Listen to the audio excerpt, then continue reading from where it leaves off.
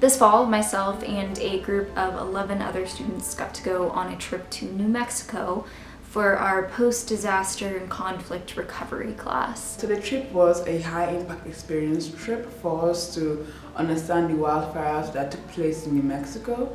Funny enough, the wildfire was the largest wildfire in the US, but it gained very little recognition.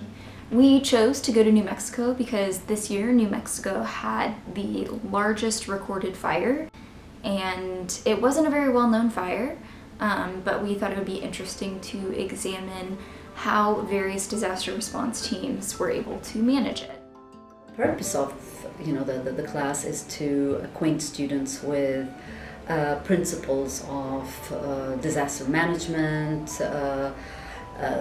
the phases of the responses, what are the challenges, who are the main actors, and so on.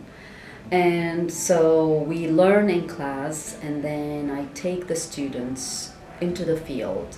We get to meet with FEMA, we got to meet with the Department of Homeland Security, with county managers, local fire departments, and various community members who were really at the center of this disaster response. So that would give the students a different perspective on how really things worked, right? And what didn't work. It was interesting seeing how everything worked, like how everything played out, and many things that could have been corrected.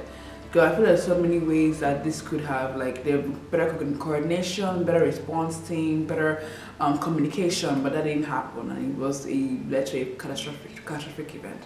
The Department of Homeland Security, the person who we spoke to, also took us literally into the forest, and we were able to walk through the trees and walk through the ashy surface of the ground, and we saw broken rocks, ashy trees that were just stained in black, and it was very disheartening because this was miles and miles of land. But there's many mountains in Mexico, and we literally see the whole blackness of the mountains compared to the rich, gorgeous greenery of the other forests in the other sections. One moment you go from these beautiful rolling hills with lush trees and pretty valleys, and the next you just see a whole bunch of skeleton trees.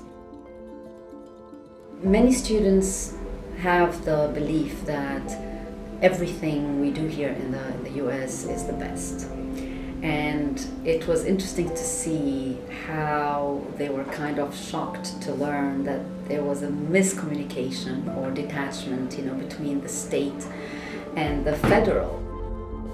What really took me by surprise was the total lack of coordination. Each department we saw basically blamed one particular department because they weren't able to, to do their own work and cause major problems that could have been easily, covered or fixed.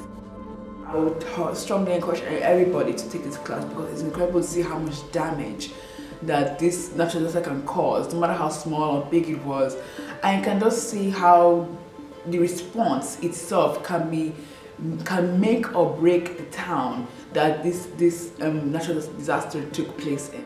I would strongly recommend this class to anyone who is interested in understanding the elements of responding to disasters, whether that's conflict or natural disaster related. Students are always amazed by the feedback they get, and many of the students ended up working in the development field.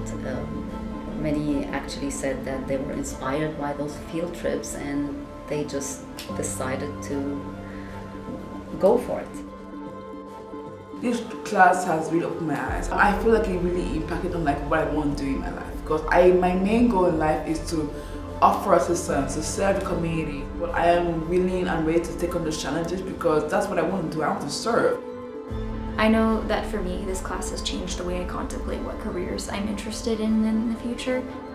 I need to do something. That's why I'm in the Bush School. That's why I'm in Texas A&M, because they offer the best services, the best kind of education that help me and will prepare me for the world.